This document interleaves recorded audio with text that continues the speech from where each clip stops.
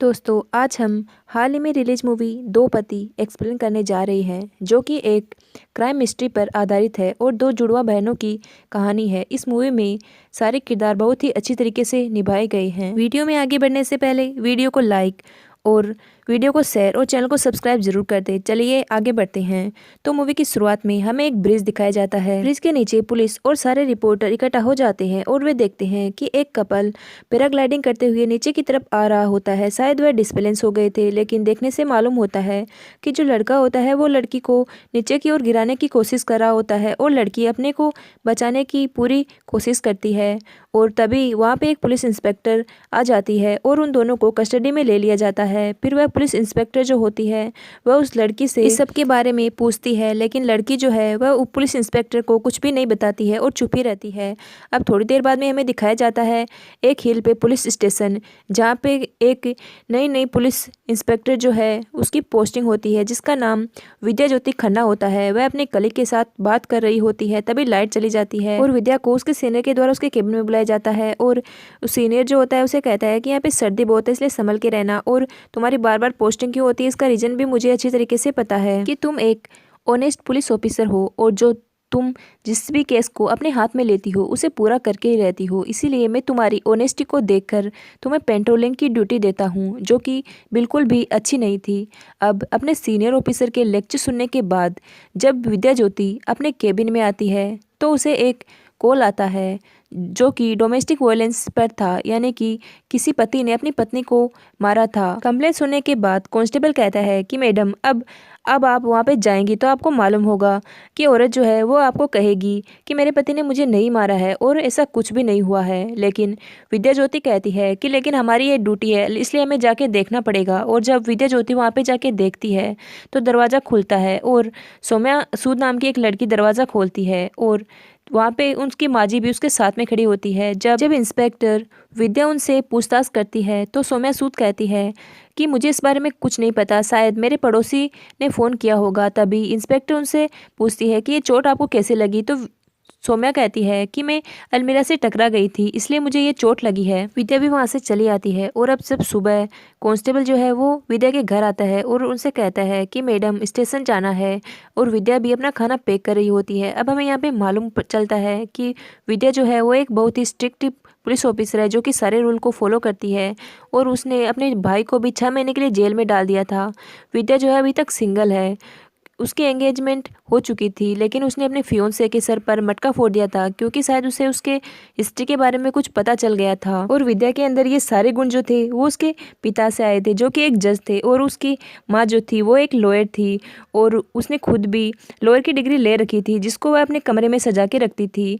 और वह पेशे से एक पुलिस ऑफिसर थी, लेकिन वह जब चाहे वह खुद भी केस लड़ सकती थी। तभी कांस्टेबल उसे बताता है कि पैराग्लाइडिंग वाले एरिया से कॉल आया है कि वहाँ पे कुछ गड़बड़ हो गई है। और तभी वे दोनों वहाँ पे पहुँचते हैं तो वहाँ पे पता चलता है कि एक लड़की जो है वो पैराग्लाइडिंग कराने वालों से झगड़ रही होती है। तभी वहाँ पे ध्रुव सूद की एंट्री होती है, जो कि दिखने में बिल्कुल हीरो लग रहा होता है। वह खुद आकर वह सारा मैटर जो है वो सोल्व कर देता है और हमें पता चलता है कि ये जो पैराग्लाइडिंग का बिजनेस था वो ध्रुव सूद का ही था। और कांस्टेबल जो है वो विद्या को बताता है कि हमें सुबह जो कंप्लेंट मिली थी वह ध्रुव सूद के घर से ही मिली थी, वह उसी की पत्नी थी जिसपे डोमेस्टिक वायलेंस हुआ था। अब विद्या इनकी शॉप को खोजते हुए उनकी शॉप पे पहुंच जाती है, जहाँ पे वह इधर उधर देख रही होती है। तभी वहाँ पे सौम्या आ जाती है और वह विद्या से पूछती है कि मैडम आप यहाँ पे क्या देख रही हैं। तभी पीछे से एक लड़की और आती है जो कि बिल्कुल सौम्या की हूबहू लड़की होती है और वह ये देख के चौंक जाती है। और जब विद्या बाहर आती है तो उसको वहाँ पे उसकी माजी मिलती है और वह उन्हें बताती है कि ये दोनों जुड़वा बहनें हैं। फिर वह विद्या को अकेले में ले जाती है और सब कुछ बता देती है। वह विद्या को बताती है कि उस दिन कंप्लेंट जो है वो उसी ने की थी, क्योंकि वह उसको मार देगा, यानी कि ध्रुव सूद जो है वह अपनी पत्नी सौम्या को मार देगा। और वह कंप्लेंट नहीं करना चाहती है क्योंकि वह चाहती है कि वह अपनी बहन से नहीं हारे और वह अपने परिवार वालों को भी बचाना चाहती है। और अब हमें मूवी में जो है वो फ्लैशबैक दिखाया जाता है, जिसमें हमें दिखाया जाता है कि ये जो दोनों बहनें थी सौम्या और शैली, ये अपनी माँ के साथ वहाँ रहती थी और मैं एज ए मेड वहाँ पे काम करने के लिए आई थी। ये दोनों बहनें जो है वो मुझसे बहुत जल्दी घुल मिल गई थी। दोनों बहनें अपनी माँ से बहुत ज़्यादा प्यार करती थी और उनकी माँ के लिए भी जो कुछ भी था वो दोनों बहनें थी। उनका पति जो है वो उसे बहुत ही मारता पीटता था और एक दिन जो है वो इन दोनों की माँ भी गुजर जाती है और ये दोनों बिल्कुल अकेली हो जाती है। इनकी देखभाल करने के लिए सिर्फ मैं ही थी, क्योंकि इनके पिता तो उन पे पहले भी ध्यान नहीं देते थे और उनकी माँ के गुजर जाने के बाद तो वे और भी ज़्यादा पीते थे, उन पे बिल्कुल भी ध्यान नहीं देते थे। सौम्या थोड़ी कमज़ोर थी, वह बचपन से ही कुछ डरी हुई और सहमी हुई रहती थी, इसलिए मैं उस पर ज़्यादा ध्यान देती थी। इसलिए वह मुझे माँ और शैली जो है मुझे माँ जी कह के पुकारती थी। शैली भी उसे देखकर बहुत ही ज़्यादा गुस्सा होती थी, क्योंकि उसे लगता था कि सौम्या जो है वो नाटक करती है। एक दिन उन दोनों बहनों में झगड़ा हो जाता है और उसके पिता जो है वो शैली को हॉस्टल भेजने का डिसाइड करते हैं। शैली जो है हॉस्टल जाते हुए अपनी बहन को कहती है कि आज तो मैं हॉस्टल जा रही हूँ और तुम यहाँ हो, लेकिन मैं इस चीज़ का बदला ज़रूर लूँगी और तुम्हें लाइफ में कभी भी मुझसे जीतने नहीं दूंगी। और हॉस्टल वह चले जाती है और एक दिन उनके पिता भी ख़त्म हो जाते हैं, लेकिन शैली जो है वो अपने पिता के मरने पर भी वहाँ पे नहीं आती है। इस प्रकार शैली जो है वो वहीं पे ही स्टडी करती है और बड़ी होती है और सौम्या जो है वो मेरे पास ही बड़ी होती है। और इस प्रकार सौम्या जो है अपने शो पे बैठने लगती है और वह अक्सर पैराग्लाइडिंग वाले एरिया में जाती रहती थी। और वह एक दिन जो है वो वहाँ पे जाती है और वह अपनी फ़ोटो क्लिक कर रही होती है, तभी वहाँ पे ध्रुव की एंट्री होती है। और ध्रुव जो है वो दिखने में काफ़ी हैंडसम और कॉन्फिडेंट था और काफ़ी चालाक भी था। वह अपनी मीठी मीठी बातों से सौम्या को अपनी जाल में फंसा लेता है। अब हमें दिखाया जाता है कि ध्रुव जो है वो सौम्या से बात कर रहा होता है। वह उसे कहता है कि यहाँ पे क्लाउड को दूर से देखने से क्या होता है, चलो तुम क्लाउड को छू लो। और वह उसे अपने साथ पैराग्लाइडिंग करने के लिए राज़ी कर लेता है। और जब वे वहाँ पे जाते हैं ऊपर, तो सौम्या को जो है वो अपने बचपन की याद आ जाती है, जब वह अपनी माँ के साथ मिलकर क्लाउड्स को देखा करती थी। फिर जब जैसे ही वह नीचे आती है तो वह मुड़ के ध्रुव को हग करती है और उसे थैंक्स बोलती है और कहती है कि मैंने कभी सोचा भी नहीं था कि मैं कभी क्लाउड्स को इतने नज़दीक से भी देखूंगी। और धीरे धीरे जो है वे दोनों नज़दीक आने लगते हैं और उनका रिलेशन जो है वो आगे बढ़ जाता है। अब एक दिन जो है वो सौम्या ध्रुव को हमसे मिलाने के लिए शॉप पे लेके आती है और हम अच्छे से बातें कर रहे होते हैं कि तभी हम देखते हैं कि शॉप के दरवाजे पे एक गाड़ी आके रुकती है और उससे एक लड़की निकलती है। वह कोई और नहीं बल्कि वह शैली थी, जो कि अब जो है वो काफ़ी बड़ी हो चुकी थी और वह बिल्कुल देखने में सौम्या की जैसी थी। वे दोनों जुड़वा बहनें तो थी, लेकिन और दिखने में भी बिल्कुल एक जैसी थी। वह आती है और हमसे बहुत ही अच्छी तरीके से बात करती है, जैसे कि वह करती थी, क्योंकि वह एक स्ट्रेट फॉरवर्ड लड़की थी। और ध्रुव जब उसे देखता है तो उसकी तरफ कुछ अट्रैक्ट होता है और उससे कुछ बातें भी करता है, लेकिन यह देखकर सौम्या जो है वो मायूस हो जाती है। आगे हमें दिखाया जाता है कि शैली जो है वो सौम्या से बात कर रही होती है और वह उसे अपने काफ़ी करीबी दोस्त ध्रुव के बारे में पूछती रहती है। वह उसे कहती है कि ध्रुव जो है वो काफ़ी मेरे जैसा है, वह मेरे टाइप का है, इसलिए तुम मेरा इंट्रो उससे करवा दो। वह कहती है कि कहीं तुम्हारे दिल में भी उसके लिए कोई फीलिंग्स तो नहीं है, लेकिन सौम्या जो है उसकी किसी भी बात का जवाब नहीं देती है, क्योंकि वह शैली को बहुत ही अच्छी तरीके से जानती है कि वह ध्रुव को उससे अब छीनने की कोशिश करेगी। और ऐसा ही होता है। शैली जो है वो ध्रुव के साथ पैराग्लाइडिंग के पर जाने लगती है और धीरे धीरे उसके करीब आने लगती है। वह उसके साथ काफ़ी समय बिताती है और उसके साथ वह फिजिकल भी होती है। सौम्या यह सब कुछ दूर से ही देख रही होती है, लेकिन वह कुछ भी नहीं कहती है, लेकिन वह ध्रुव के प्रति अपने प्यार को भुला नहीं पाती है और वह धीरे धीरे सब कुछ स्वीकार कर लेती है। अब एक दिन ध्रुव जो है वह अपने घर के बाहर एक मिनिस्टर से टूरिज्म की 500 करोड़ की डील जो है वो साइन करने जा रहा था, लेकिन अंदर जो है वो शैली जो है वो अपने दोस्तों के साथ पार्टी कर रही होती है और बहुत ही ज़ोर से जो है वो म्यूज़िक बज रहा होता है। ध्रुव जो है वो अंदर जाके शैली को समझाने की कोशिश करता है, लेकिन शैली जो है वो कुछ भी नहीं समझती है, बल्कि वह उसी के साथ चिपक जाती है। और ये सब मिनिस्टर देखते हैं और कहते हैं कि आज जो है ये सही समय नहीं है डील साइन करने का, और वह वहाँ से चले जाते हैं। ध्रुव जो है वो ये सब देखकर बहुत ही एम्बेरस फील करता है और आज जो है उसकी डील जो है वो शैली के कारण जो है वो नहीं हुई थी, इसलिए वह शैली पे बहुत ज़्यादा गुस्सा हो जाता है। तभी सौम्या भी वहाँ पे आ जाती है और शैली को संभालने की कोशिश करती है और वहाँ पे जो है वो शैली की माँ भी वहाँ पे आती है 2 ड्रिंक लेके, और वह ध्रुव से कहती है कि कहीं तुमने कुछ चुनने में गलती तो नहीं की। और फिर ध्रुव भी सोचने में मजबूर हो जाता है कि कहीं कहीं उसने सौम्या की जगह शैली को चुन के कोई गलती तो नहीं की। फिर हमें ध्रुव को दिखाया जाता है जो कि बाथ टब में होता है और उसके पास जो है वो बहुत सारी बोतलें रखी होती है और उसका चेहरा और आंखें बहुत ही ज़्यादा लाल होती है। तभी उसके पास उसके पिता का कॉल आता है और वह उसे गाली दे रहे होते हैं और उस पर बहुत ज़्यादा गुस्सा करते हैं और कहते हैं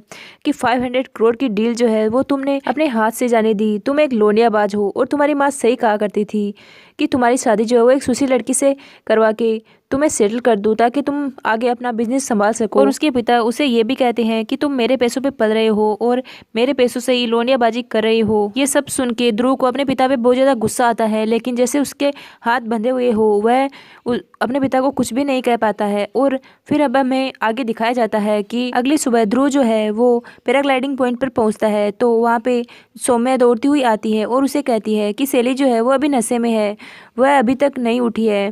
तभी ध्रुव उसे पूछता है कि क्या तुम मेरे साथ पैराग्लाइडिंग पे चलोगी, तो सौम्या उसे हाँ कर देती है। फिर वे दोनों पैराग्लाइडिंग के लिए जाते हैं। तभी पैराग्लाइडिंग करते हुए ध्रुव जो है वो सौम्या को कन्फेस करता है कि मुझे अब सेटल होना है और मुझे आगे नहीं भागना है, मैं सिर्फ तुमसे शादी करना चाहता हूँ और किसी से नहीं, मुझे सिर्फ तुम चाहिए। और यह बात सुन के जो है वो सौम्या भी पिघल जाती है और उससे शादी करने के लिए राज़ी हो जाती है। पता नहीं क्यों सौम्या जो है वो यह समझ नहीं पाती है कि वह एक सेकंड ऑप्शन है और पता नहीं क्यों इस समय लड़कियों की आंखों पे पट्टी बन जाती है जिससे वह सच्चा प्यार करती है। और सौम्या जो है वो शादी के लिए हाँ कर देती है, लेकिन ये बात जानकर जो है वो शैली बहुत ही नाराज़ हो जाती है और गुस्सा होती है और वह कहती है कि तुम मुझसे शादी मत करो, ये चलेगा, लेकिन तुम मेरी बहन से शादी कर रहे हो, इससे मुझे प्रॉब्लम है। मैं मेरी बहन से कभी भी हारना नहीं चाहती। और अब हमें दिखाया जाता है कि सौम्या और ध्रुव की शादी हो जाती है, लेकिन शैली जो है वो बार में जो है वो बहुत ही ज़्यादा पी रही होती है। और जब फैमिली फ़ोटो लेने की बात आती है तब शैली भी सेम टू सेम सौम्या की जैसी ड्रेस पहन के बगल में आके खड़ी हो जाती है, क्योंकि वह सौम्या की मैरिज लाइफ को जो है वो स्पॉइल करना चाहती है। और यहाँ तक कि वह सौम्या की फर्स्ट नाइट पे भी वह उसकी जगह पहुँच जाती है। और ये जान के जो है वो सौम्या उससे बहुत ज़्यादा गुस्सा हो जाती है और उनका झगड़ा भी हो जाता है। अब हमें प्रेजेंट डे दिखाया जाता है जिसमें विद्या जो है वो माजी से पूछती है कि डोमेस्टिक वायलेंस जो है वो शादी के कितने दिन बाद शुरू हुआ, तो माजी कहती है कि 2-3 महीने बाद ही शुरू हो गया था। अब मैं भी सौम्या के पास वहाँ पे रहने के लिए चली गई थी और शैली भी मेरे पीछे पीछे वहाँ पे आ चुकी थी, ये कह के कि घर रिनोवेट हो रहा है। अब शैली भी सौम्या के ससुराल में रहने लगी थी और वह चाहती थी कि सौम्या की मैरिज लाइफ जो है वो ख़त्म हो जाए और इसलिए वह उसके पति ध्रुव के नज़दीक आने की कोशिश करती थी और उससे सम्मत बनाने की कोशिश करती थी। अब हमें दिखाया जाता है कि विद्या जो है वो माजी से कहती है कि जब तक सौम्या खुद यह स्वीकार नहीं कर लेती है कि उसके पति जो है वह उस पर डोमेस्टिक वायलेंस कर रहे हैं तब तक हम कुछ नहीं कर सकते। और वह उसे सलाह भी देती है कि अब जब भी कभी ध्रुव जो है वो सौम्या पर अत्याचार करे तो आप वीडियो बना लेना और इससे अच्छा कोई एविडेंस नहीं हो सकता है। और हमें प्रेजेंट दिखाया जाता है जिसमें कि वही मिनिस्टर डील करने के लिए उसके ध्रुव के घर खाने पे लिए आया होता है और आज का खाना जो है वो सौम्या ने बनाया होता है, लेकिन गलती से खाने में मिर्च ज़्यादा हो जाती है या फिर कहीं तो शैली ने वह मिर्च डाली होती है और वह मिनिस्टर खाना खाते ही थूक देता है और ध्रुव से कहता है कि मैं तुम्हारे घर खाना खाने कभी नहीं आऊँगा, अब तुम मेरे ऑफिस से मुझसे मिलने आ जाना। अब ध्रुव बहुत ज़्यादा गुस्सा हो जाता है और वह किचन में ले जाकर सौम्या के बाल भी खींचता है, उसका हाथ मरोड़ता है और उसे कहता है कि मैं तुम्हें तो बाद में देखूंगा। और वह मिनिस्टर को गाड़ी तक छोड़ने के लिए चला जाता है। अब हमें दिखाया जाता है कि एक दिन सौम्या और उसकी माजी जो है वो हॉस्पिटल से दिखा के बाहर निकल रही होती है। तभी वहाँ पे पुलिस ऑफिसर विद्या आ जाती है और वह सौम्या से कहती है कि तुम हमें क्यों नहीं सच्चाई बता देती कि तुम्हारे पति जो है तुम्हें मारते पीटते हैं। लेकिन सौम्या जो उसे कुछ नहीं बताती और कहती है कि मैं गिर गई थी इसलिए मुझे ये चोट लगी है। अब हमें दिखाया जाता है कि अगले दिन जो है वो ध्रुव और सौम्या पुलिस स्टेशन आते हैं और वह चिल्लाता हुआ आता है और सीनियर के बारे में पूछता है और विद्या को धमकी देता है कि तुम हमारी लाइफ में इंटरफेयर क्यों कर रही हो, मैं अपनी पत्नी पे कोई डोमेस्टिक वायलेंस नहीं कर रहा, वह खुद कर रही है, तो फिर तुम क्यों अपनी टेबल पे हमारे परिवार के बारे में लिख रखा है और क्यों हमारे फैमिली में इंटरफेयर कर रही हो। अगर और ध्रुव उनके सीनियर्स को भी धमकी देता है कि अगर मेरे पापा को पता चल गया तो वो तुम में से किसी को भी जीने नहीं देंगे। और फिर हमें दिखाया जाता है कि सौम्या जो है वो किचन में काम कर रही होती है, तभी ध्रुव पीछे से आता है और उसके साथ इंटीमेट होने की कोशिश करता है। और इंटीमेट होते हुए सौम्या ध्रुव से कहती है कि मुझे बच्चे चाहिए। तभी ध्रुव को गुस्सा आता है और इसे तुम्हारा वही नाटक शुरू हो गया, फिर वह वहाँ से चला जाता है।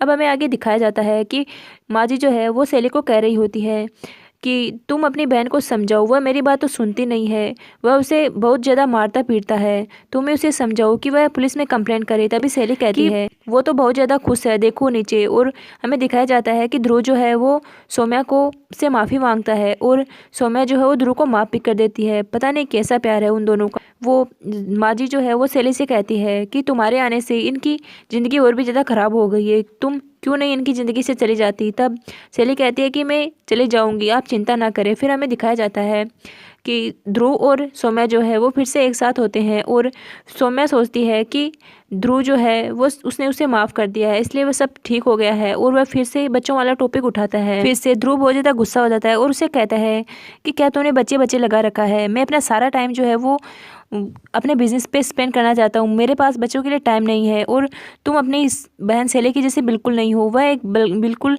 स्ट्रेट फॉरवर्ड है, जबकि तुम जो है वो बच्चों पे अटकी हुई हो, तुम्हारा लाइफ में कोई भी गोल एम्बिशन नहीं है। तभी सौम्या जो है वो बहुत गुस्सा हो जाती है और अपना आपा खो देती है और कहती है कि तुम मुझे गोल एम्बिशन के बारे में पूछ रहे हो, जबकि मेरा गोल एम्बिशन तो बिल्कुल क्लियर है, लेकिन तुम्हारा गोल एम्बिशन क्या है।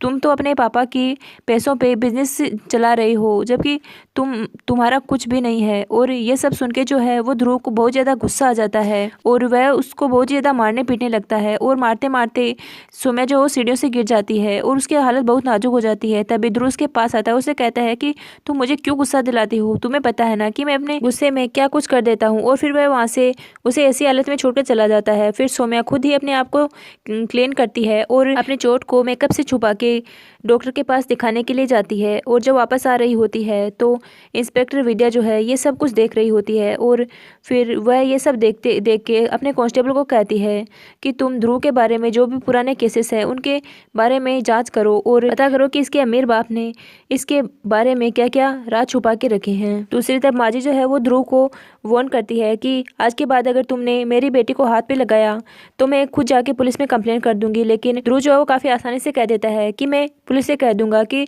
तुम्हारी बेटी जो है वो एक पागल है, क्योंकि वह तो बचपन से ही जो है वो दवाइयाँ ले रही है और अब वह पागलपन में कहीं सुसाइड ना कर ले, यानी कि वह उसे मारने की धमकी देता है। इसलिए माजी खुद को शांत कर लेती है। अब हमें दिखाया जाता है कि सौम्या जो है वो अपनी माँ की तस्वीर को साफ करते हुए कुछ बड़बड़ा रही होती है। तभी सैली जो आती है और वह उसे ऐसे देख के शौक हो जाती है, लेकिन वह सोचती है कि शायद नाटक कर रही है और वह उससे चाबी लेके चली जाती है। फिर हम देखते हैं कि अब तो ध्रुव सौम्या के सामने ही सैली से बातें करने लगा था। ध्रुव सैली से कहता है कि मुझे अब उस इंस्पेक्टर से बात करनी होगी और वह इंस्पेक्टर विद्या के घर उसको धमकी देने के लिए पहुंच जाता है और उसको धमकी देता है, लेकिन वहाँ पे उसका कोई काम नहीं बनता है, बल्कि इंस्पेक्टर विद्या जो है वो उसे खुद धमकी देती है कि अब मैं तुम्हें पर्सनली देखूंगी। लेकिन अब ध्रुव जो है वहाँ से चला जाता है और हमें दिखाया जाता है कि सैली जो है वो ध्रुव का गाड़ी में इंतजार कर रही होती है। ध्रुव सैली से कहता है कि तुम प्लीज़ मुझे अपनी पागल बहन से बचा लो। वह खुद ही सारी ड्रामा करती है और सारे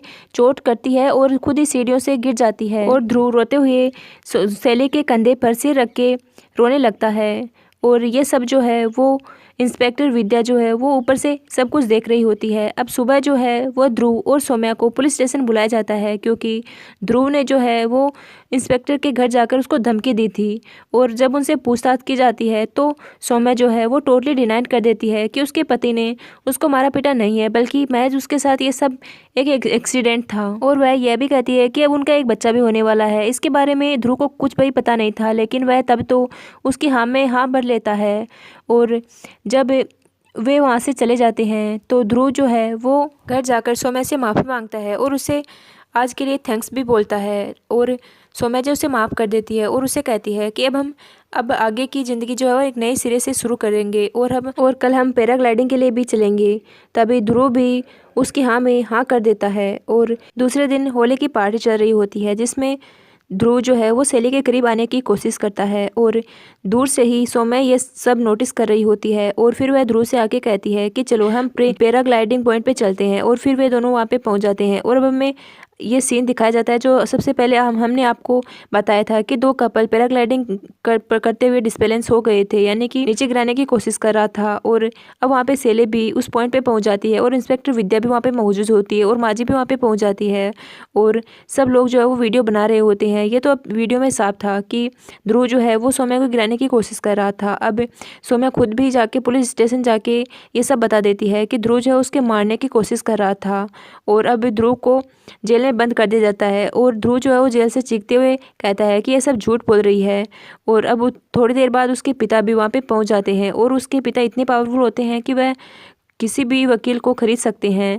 अब डिसीजन ये लिया जाता है कि इंस्पेक्टर विद्या जो है खुद ये केस लड़ेगी और यह केस जो है वो कोर्ट तक पहुंच जाता है और सौम्या की तरफ से इंस्पेक्टर विद्या जो है वो केस लड़ रही थी। कोर्ट में ध्रुव जो है वो इस बात से बिल्कुल इनकार कर देता है कि उसने सौम्या को मारने की कोशिश की थी और वह कहता है कि सौम्या जो है वो बचपन से ही मेडिसिन लेती आ रही है और वह मेंटली डिस्टर्ब है और सौम्या ने खुद ही हार्नेस खोल लिया था। तभी इंस्पेक्टर विद्या कहती है कि आप एक तरफ तो कह रहे हैं कि होली के पार्टी के दिन सौम्या खुद ही आपको पैराग्लाइडिंग के लिए लेके आई थी और खुद ही हार्नेस खोल लिया था, जबकि आप दूसरी तरफ कह रहे हैं कि सौम्या जो है वो बिल्कुल ही सहमी हुई सी है और उसे ऊंचाई से डर लगता है। तो अगर सौम्या को ऊंचाई से डर लगता है तो वह खुद अपना हार्नेस कैसे खोल सकती है। और सारे एविडेंस जो थे वो ध्रुव के खिलाफ थे और सौम्या की तरफ थे। तो फैसला ये लिया जाता है कि ध्रुव को जो है वो 13 साल की सज़ा सुना दी जाती है और सब जो है वो बहुत खुश थे और इंस्पेक्टर विद्या को बधाई दे रहे थे। लेकिन पता नहीं क्यों इंस्पेक्टर विद्या को ऐसा लग रहा था जैसे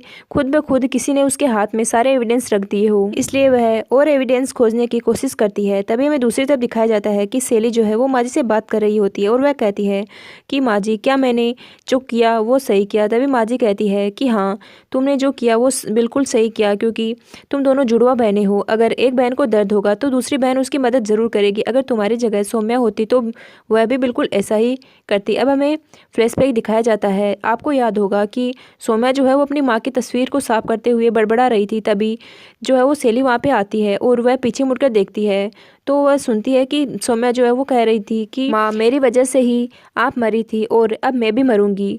ध्रुव जो है वो मुझे मार देगा और कोई भी उसके खिलाफ कुछ भी नहीं बोलेगा और मैं भी कुछ नहीं बोल सकती।